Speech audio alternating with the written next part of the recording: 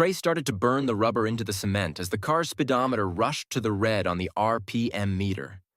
However, I was too focused on what was happening behind us to notice, myself only hearing the engine buffer and roar as the car sped up. Behind us was a creature, Gallon, who appeared to be double the stature of Haida, nearly reaching 15 feet tall, floating in the air. His appearance mystified me, reminding me of Greek statue I was shown in history class, his skin being a shallow gray and stone smooth, reminding me of river stone with zero imperfections due to years and years of water being coursed over. A statue. We are going against a flying mystical statue. Hannah said, turning back to face the front of the car, her body crumpled up together as she went into total panic mode, breathing in and out heavily to try to calm herself down. "How we doing back there?" Trey called from the front, the car now just passing 60 miles per hour on the dashboard. "Fine," I said back, looking to the rear of the car. I couldn't pay much attention to Hannah or anyone in that exact moment myself, continuing to look back and seeing Gallon risen above Haida, who looked up to him, watching as both conversed. I tried my best to keep eye contact, studying them and trying to figure out exactly what we were up against, feeling the dread in my stomach that we might not win this fight. Then new movement, Gallon rotating his head much like an owl's head pivots, rotating to a 90-degree angel and looking at us as we continued to drive off. Gallon's hand now started to rise, my insides rolling as I knew he was pointing directly at us. Suddenly, 3 blue orbs started to appear on the ground in front of him, blocking Haida from our view as he stood behind them. Moments later, 3 creatures emerged, large creatures much like Gallon's stature, but with coats of white, heavy fur, and 2 long, dark black horns that emerged out the sides of each respective head, curving up much like a bull's horn. "Chenus, follow!" I could feel a voice pound through the car as if I was at a concert, the sound circling around me, shaking my bones. "No," Will said as I looked over at him, his eyes sunken into his head as his pupils dilated enough to make his eyes appear only white and lifeless, filled with pure panic and worry. "Trey, speed up, speed up," Will said hastily, a tone making Hannah go into an even worse panic attack. "I'm already going 70. The speed limit here is 45. Trey yelled back, myself seeing the creatures Gallon had summoned start to run down the road toward us. Within a few seconds, I could tell they were gaining ground. "Faster!" Will continued to hammer to Trey, myself looking at the speedometer which had just passed 75. I then looked back once more time, the 3 Chenus making up a considerable amount of ground in the short matter, myself being able to see the toned muscles that made it capable of them sprinting at us. "They are gaining." Will updated the car, Hannah shrieking in fear upon hearing this. The engine started to roar as Trey continued to step on the gas, with Will now becoming impatient, sitting upon the center console and extending his foot onto Trey's, pinning it on the gas pedal. "Get off of me, you're gonna get us killed," Trey said, trying to push Will off. "If those things catch us, we will die," Will responded, continuing to push against the pedal and fighting off Trey's one-handed attempts to push him off. I also tried pulling Will off from the back seat, trying my best to let Trey focus on the road, which was difficult, apparent by him rotating the steering wheel, swaying the car from side to side. "Back off!" Trey shouted angrily at Will again, who now lunged down in the driver's seat, completely covering Trey's view, who still had his hands on the wheel. The car continued to sway back and forth, rocking enough as if we were out on the ocean, with Will finally grabbing the steering wheel while fighting with Trey. I then felt the rumble strips rum out, its hazardous tunes, the left side of the car picking up dirt and hurling debris behind us as we started to drive off the road. Within moments, we were fully off the road, driving straight into a fully grown cornfield, drastically slowing down. 100 meters we drove straight, ramming through fully grown corn which smashed themselves into the car, leaving a massive crack on the windshield. Finally, we stopped. Black, healthy smoke rising out from the hood slits. alerting anything around exactly where we were at as if we wanted to be found, including the Chinoos. I pulled myself out the side of the car, running around and opening the car door beside Hannah. As I pulled her out, her blood went on my shirt, a massive cut right below her neck from hitting the seat in front of her causing it. Trey now stood up beside me and we all looked over at Will. Trey, furious, yelling, "Are you happy now? We are dead now because of you." Will panted as he was out of breath, looking at the path of crushed crop and seeing the road from where we had just driven off of. "Those things are going to be here any moments. Split up," he said, turning and running into the woods as if the crash never happened. "Dumb shit," Trey said, pissed off, me replying, "Hey!" to him, defending my brother's actions. Trey looked over, rolling his eyes, then saying, "Good luck," turning and running straight, ducking into the corn cover. I looked down at Hannah, knowing she didn't have the strength to run. I wrapped my arms around her and trotted, hoping I would be fast enough. We continued for almost 200 meters before hearing a crunch of metal coming from the crashed car behind us that we had just come from. I stopped and looked back, the thin line of smoke rising above the crop now increasing in diameter to start forming small clouds over the field. I could then hear the creatures howl, one then closely after a second howl from another creature. They are communicating. My heartbeat pumped faster, in rhythm with Hannah's who had squeezed so tightly around me I could feel it. I continued to walk backward, then feeling a stalk of corn wrap around and my ankle. I fell, cushioning the fall with Hannah's body. Shit. I went as Hannah moaned and groaned in pain, holding her forearm, which had just gotten a new cut. My attention on her new injury was momentary, myself now hearing the slight electronic buzzing of something above to the east get louder, coming closer. I looked up to the sky, seeing the source fly above. A ship. Trey continued to run for nearly half a mile before he started hearing the louder, booming stomps of a creature chasing him from behind. Eventually he got tired, pulling out his pistol he had with him and pointing it back behind him. At the same time, the booming footsteps stopped too, almost on cue, but the creature had not stopped. Its pursuit, that was something Trey knew. Trey started to trolling his body back, doing his best to lower his heart rate and be ready for when the creature would attack, be ready to take a lethal shot. A branch then snapped behind him, Trey's body doing a quick jolt and twisting within a moment to react, only to see the empty rows of cornstalks in front from where the snap had come from. He shook his head, continuing to move, becoming light on his feet, careful to not make a sound as he continued pressing down the rows of corn. He now came to a stop. A 6-foot-wide gap in between the rows was now in front of him with no corn crop to hide against. He would be out, exposed, he thought to himself, but quickly came to the understanding that he wasn't alone in his own field where he stood. Trey held his breath and went out of the cover into the gap. A foot in, he felt the familiar stomps he had been chased by, this time the ground shaking as they approached closely. The ginormous white glowing creature coming to his left view and throwing him down the alley. He rolled. The grasses that had been shaved down in the alley were rough, cutting his arms up as he squeezed his gun, now coming to a stop and shooting at the creature.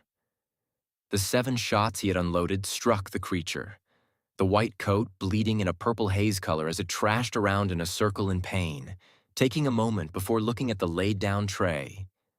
The Chinoos started to move, charging Trey, and then a giant red bolt struck the creature, a slight buzz from behind Trey's head. Trey looked back and then forward, the ship crossing the alley, which is where the shot had come from, now turning around and shooting 2 more red bolts, a gaping 5-inch hole visibly cut through the creature as it stood. The creature turned back at Trey and started to walk. The 3 holes shot through, giving Trey a view behind the creature eventually stumbling down on the ground after 2 steps, giving Trey a much cleaner view. The ship then started to land in the cornfield, a door opening and pushing the crops out as Trey saw me walk out. "Nick?" he asked me. "Yes, let's go find Will," he said, now taking fast steps up into the ship as Perry started to lift it off the ground. Where could that little bastard be? Trey started as Perry moved the ship forward. Will was now covered in sweat, running for what felt like miles, and passing through 3 different fields at this time, making the distance seem realistic. He was now starting to become less and less panicked, the last time him hearing any Chenoo was back on the road. He continued to run, his legs becoming tired with the ongoing miles. He then took a second, spitting out the excess water accumulating in his mouth, the blob landing in a puddle. Will then examined it, seeing the 4 toes and heel imprint on the soil. It was a footprint. Will looked around. 2 glowing orbs came out of his hands, hovering slightly above like a ball in its catcher's mitt, ready on the defensive. He then heard a twig snap, shooting an orb in the direction immediately and hitting cornstalks, which split in 2. The orb then hit the ground, Will spooking a raccoon which ran out of a hole. Will started to calm down, leaving him vulnerable for a Chenoo to come behind him, striking his back and cutting through his shirt. Will could feel the deep cut instantly, with each 3 claws of the Chenoo streaking and leaving a permanent mark on his skin. "You son of a bitch!" He growled through his teeth, turning to the much larger creature, shooting an orb at the creature and missing. The Chenoo then flung both his arms, launching Will away from him and landing awkwardly on his knees. Will struggled to stand up, but after a few seconds managed to, facing his opponent, which was 20 feet away. The creature then started to rush Will, going side to side, avoiding the 3 other orbs Will had attacked. It finally lunged, kicking Will back and into the ground, sliding along the dirt for a few feet. Will rose his head, his arm succumbing to the injury and feeling numb as the creature reached him, pushing its foot into Will's stomach and pinning him down. Will then tried to raise his hand, a small light coming from it enough to make the Chenoo feel threatened. A strike across Will's face in retaliation. Will screamed in pain. The fresh line cut on his face was now much deeper than the one on the back and burned 5 times as much. "Screw you!" Will screamed as he squirmed around like a fish out of water, desperate to break free of the creature's pin. Will then breathed in, pulling his mind together and clenching his fist. Light ropes appeared around the Chenoo's feet and arms as Will started to pull it out above the cornstalks, high enough to where we could see the animal floating from Perry's ship. "There," I called out happily upon seeing the magic of my brother. We approached quickly, enough so that I could then see Will right below the creature, yelling with his mouth wide open, a fit of rage coming over him. Moments later, the creature being torn in half, both sides dropping besides Will. We landed the ship a few feet away from him. Will walking up with purple blood covered over him. "All of those things dead," he said calmly. "Yeah," Trey said, a hint of fear of Will coming from his voice, a bead of sweat running along the back of his neck backing the idea up. Perry now walked out of the ship, making Will ask, "Where's Alos?" "He didn't come." Perry responded bluntly to him, noting it might lead to some disappointment. "What? Why?" Will said back to him.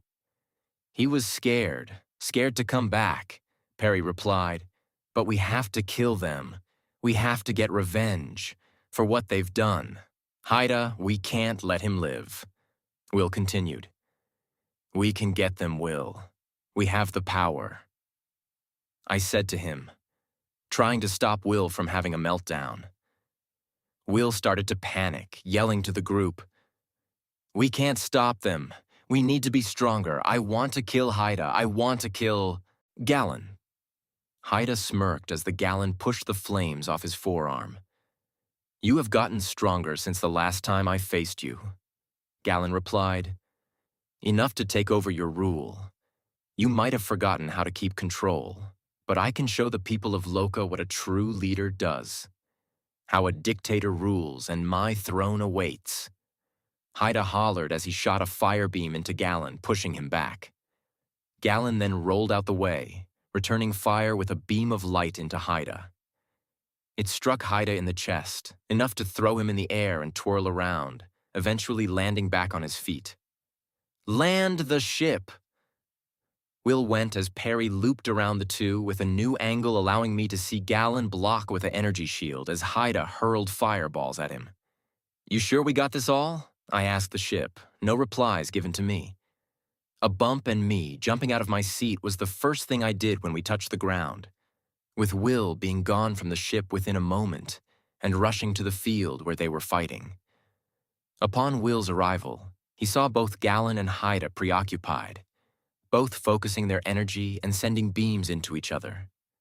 The points meeting at the middle, swaying back and forth, but a consistent stalemate.